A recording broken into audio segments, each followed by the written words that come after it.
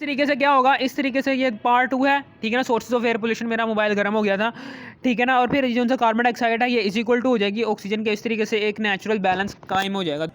Carbon dioxide जो सी होगी वो इज इक्वल टू हो जाएगी। फिर इसी तरीके से कार्बन मोनोऑक्साइड की बात करता हूँ कि कार्बन मोनोऑक्साइड जो सी होती है ये करता है, ये साइलेंट किलर होता है, ये होता है एक साइलेंट किलर।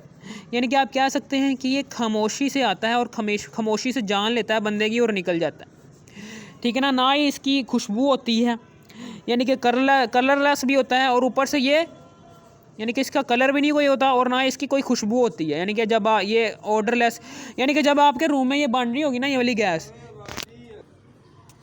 ठीक है। अब हम ये जो सा कार्बन मोनोऑक्साइड है, कार्बन मोनोऑक्साइड जो सा होगा ये जो सा है ये सर दर्द, कार्बन मोनोऑक्साइड है ये हेडेच, जब हमारा जो सर दर्द होता है उसका बायस बनता है, फैटीग का बायस बनता है, और फिर उसके बाद ये हमारी सोफोकेशन का भी बायस बनता है। सोफोकेशन दिमाग खराब किया है, सोफोकेशन का बायस बनता है, और इसके बाद डेथ भी हो जाती है बंदे की। सोफोकेशन का बायस बनता है और ये डेथ का भी बायस बन जाता है, ठीक है। समझ आ गई आपको। सफोकेशन का बायस बनता है, कार्बन मोनोऑक्साइड जो सी होती है ये सफोकेशन का बायस बनता है, यानी कि आप सांस लेने में तकलीफ़ होती है, और हमारे मौत का भी बायस बन जाता है ये, ठीक है। फिर इसी के तरीके से जो है सेल है, सेल के अंदर रिस्पायरेशन हो रहा है, सेल है, सेल जो सा है उसके अंदर रिस्पायरेशन प्रोसेस हो रहा है, रिस्पायरेशन हो रहा है यानी कि सांस ले भी रहे हैं और सांस छोड़ भी रहे हैं। आपको पता है ना कि रिस्पायरेशन के नतीजा में क्या होता है, फूड के अंदर ग्लूकोज को ऑक्सीजन की मौजूदगी में तोड़ा जाता है और कार्बन डाइऑक्साइड और वाटर के मॉलिक्यूल्स बनते हैं, और साथ में एनर्जी जो सी है वो एटीपी मॉलिक्यूल्स में स्टोर होती है। एटीपी मॉलिक्यूल्स को की स्टोरेज जो सी है वो यूज़ हो जाती है किस में, जिस्मानी कामों में, को जो से जिस्म के अंदर काम चल रहे हैं उसको चलाने के लिए, ठीक है ना। सेल जो सा है वो रिस्पायरेशन करता है, एनर्जी जो सी होती है, एनर्जी जो सी है वो एटीपी जो सी है वो लाजमी होती है एटीपी में। आप ये कह सकते हैं कि एनर्जी जो सी है, एटीपी जो सी है ये ज़रूरी है। अगर ये ATP for example carbon monoxide बन रही है, ठीक है ना, ऑक्सीजन है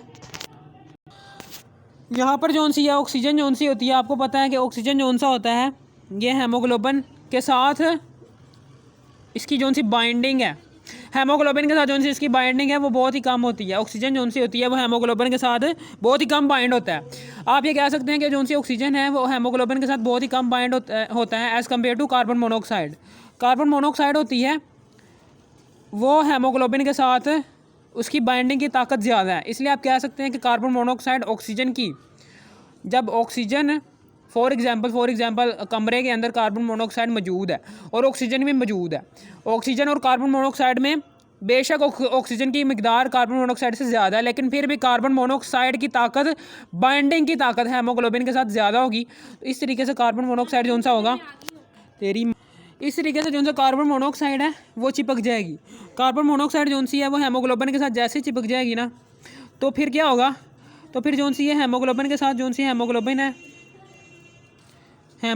है उसके साथ जैसे ये चिपक जाएगी ना, हेमोग्लोबिन के साथ कार्बन मोनोऑक्साइड जो सी है जैसे ये चिपक गई है, ठीक है ना। फिर उसके बाद क्या होगा, अगला प्रोसेस क्या होगा कि एटीपी मॉलिक्यूल्स जो से हैं ये रिस्पायरेशन का प्रोसेस, ग्लूकोज की मौजूदगी जो सी है, यानी कि ग्लूकोज सही तरीके से टूटेगा नहीं, यानी कि ग्लूकोज जब ऑक्सीजन यानी कार्बन मोनोऑक्साइड है, फॉर एग्जांपल ऑक्सीजन है, ऑक्सीजन पहले बाइंड हो रही थी हेमोग्लोबिन के साथ, लेकिन जैसे ही कार्बन मोनोऑक्साइड की बाइंडिंग हेमोग्लोबिन के साथ शुरू हो जाएगी तो ग्लूकोज की जो सी ब्रेकेज होगी उसमें डिस्टर्बेंस क्रिएट होगी, और जिसकी वजह से एटीपी मॉलिक्यूल्स की तश्कील नहीं हो पाएगी। जैसी एनर्जी के मॉलिक्यूल्स नहीं बनेंगे तो हमारा जो सा बॉडी है उस बॉडी को एनर्जी प्रोवाइड नहीं होगी, ठीक है ना। कार्बन मोनोऑक्साइड जैसे ये कार्बन मोनोऑक्साइड जो सा है जैसे ये जो सा है ये हेमोग्लोबिन के साथ बाइंड होगा ना, ऐसे करके ये बाइंड होगा, तो फिर क्या होगा, बाइंडिंग एबिलिटी ऑफ हेमोग्लोबिन की ज़्यादा है ऑक्सीजन के साथ, तो इस तरीके से कार्बोक्सी हेमोग्लोबिन बन जाएगा। क्या कौन सा बन जाएगा, कार्बोक्सी हेमोग्लोबिन बन जाएगा, ठीक है। कार्बोक्सी हेमोग्लोबिन जौन सा होगा ये जौन सा है ये रिस्पायरेशन को डिस्टर्ब कर देगा। जैसे रिस्पायरेशन को डिस्टर्ब करेगा तो फिर जौन सा है वो रिस्पायरेशन को डिस्टर्ब करने के बाद क्या होगा, ये डिस्टर्ब हो जाएगा ना। अब ये डिस्टर्ब हो गया, ये डिस्टर्ब हो गया, ठीक है ना। अब उसके बाद जो से एटीपी मॉलिक्यूल्स नहीं बनेंगे, जैसे एटीपी के मॉलिक्यूल्स नहीं बनेंगे तो हमारा बॉडी जो सा है वो सही तरीके से खुराक यानी कि एनर्जी को चूस भी नहीं सकता। खुराक में से ग्लूकोज के मॉलिक्यूल्स तो लेगा, लेकिन कार्बन मोनोऑक्साइड की मौजूदगी की वजह से कार्बोक्सी हेमोग्लोबिन बन गया है, तो ऑक्सीजन जो सा होगा वो पूरे जिस्म को प्रोवाइड नहीं होगा, यानी कि पूरे सर्कल में, पूरे जिस्म में खून की फराहमी,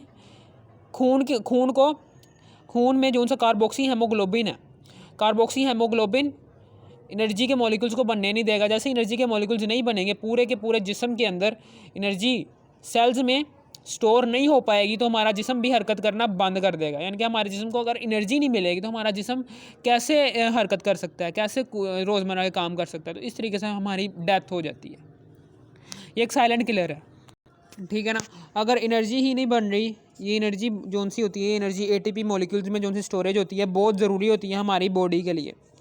जब यही नहीं बनेगी, ठीक है ना, तो सेल्स जोन से होंगे वो सही तरीके से काम नहीं अपना परफॉर्म नहीं कर पाएंगे। जब सेल जोन से आएंगे वो रोज़मर्रा के काम नहीं कर सकेंगे, तो हमारा जो सा बॉडी है वो भी काम करना छोड़ देगा। हमारा बॉडी जो सा है वो भी काम करना छोड़ देगा। जैसे ही हमारा बॉडी काम करना छोड़ देगा तो फिर क्या होगा, तो फिर डेथ हो जाएगी, ठीक है ना। इस तरीके से कार्बन मोनोऑक्साइड जो सी है वो कार्बन डाइऑक्साइड से ज़्यादा खतरनाक है। और इसकी ऑक्सीजन की बाइंडिंग हेमोग्लोबिन के साथ जो सी है वो इतनी ज़्यादा नहीं है जितनी ज़्यादा ताकत कार्बन मोनोऑक्साइड की चिपकने की है हेमोग्लोबिन के साथ। यानी कि कार्बोक्सी हेमोग्लोबिन जो सा है वो जल्दी बनेगा। जैसे ये कार्बोक्सी हेमोग्लोबिन स्टोर होना शुरू हो जाएगा हमारी बॉडी के सेल्स के अंदर, ठीक है ना, और ब्लड जो सा है वो सर्कुलेट करता रहेगा कार्बोक्सी हेमोग्लोबिन को पूरी बॉडी के अंदर, तो एनर्जी भी नहीं बन पाएगी। एनर्जी तब बनेगी जब ऑक्सीजन की मौजूदगी होगी। जब ऑक्सीजन ही नहीं बाइंड होगी हेमोग्लोबिन के साथ तो एनर्जी के मॉलिक्यूल्स कैसे बनेंगे, ठीक है ना। ये देखिए ये रिएक्शन परफॉर्म नहीं हो सकता जब कार्बन मोनोऑक्साइड होगा। जब ऑक्सीजन की फराहमी होगी फिर ये रिएक्शन परफॉर्म होगा, ठीक है ना। इसी वीडियो का ये वीडियो है, ठीक है ना। इस वीडियो के टाइटल पर आप क्लिक करोगे तो इस वीडियो के डिस्क्रिप्शन में जाना है। इस वीडियो के डिस्क्रिप्शन में जाने के बाद, ठीक है ना, ये वहाँ पर पार्ट 1 भी होगा, वो पार्ट 1 भी देख लेना है, और ये पार्ट 2 भी है, ठीक है ना, ये पार्ट 2 भी देख लेना है, ठीक है ना। कमेंट सेक्शन में नहीं जाना, इस वीडियो के टाइटल पर क्लिक करना है। टाइटल पर क्लिक करने के बाद यहाँ पर वीडियो के डिस्क्रिप्शन में जाने के बाद पार्ट 1 भी देख लेना, और पार्ट 1 पर क्लिक करना है, पार्ट 1 भी देखना है, और फिर पार्ट 2 भी देखना है, ठीक है ना। ये समझ आ गई आपको। अगर आपको कोई भी मसला हो तो फिर बता देना, और अगर आपको कोई भी अगर ये वीडियो नहीं समझ आई तो बता देना कि भाई मुझे ये समझ नहीं आई, दोबारा बना दो, मैं दोबारा वीडियो बना लूँगा, ठीक है ना। समझ आ गया आपको। Good bye.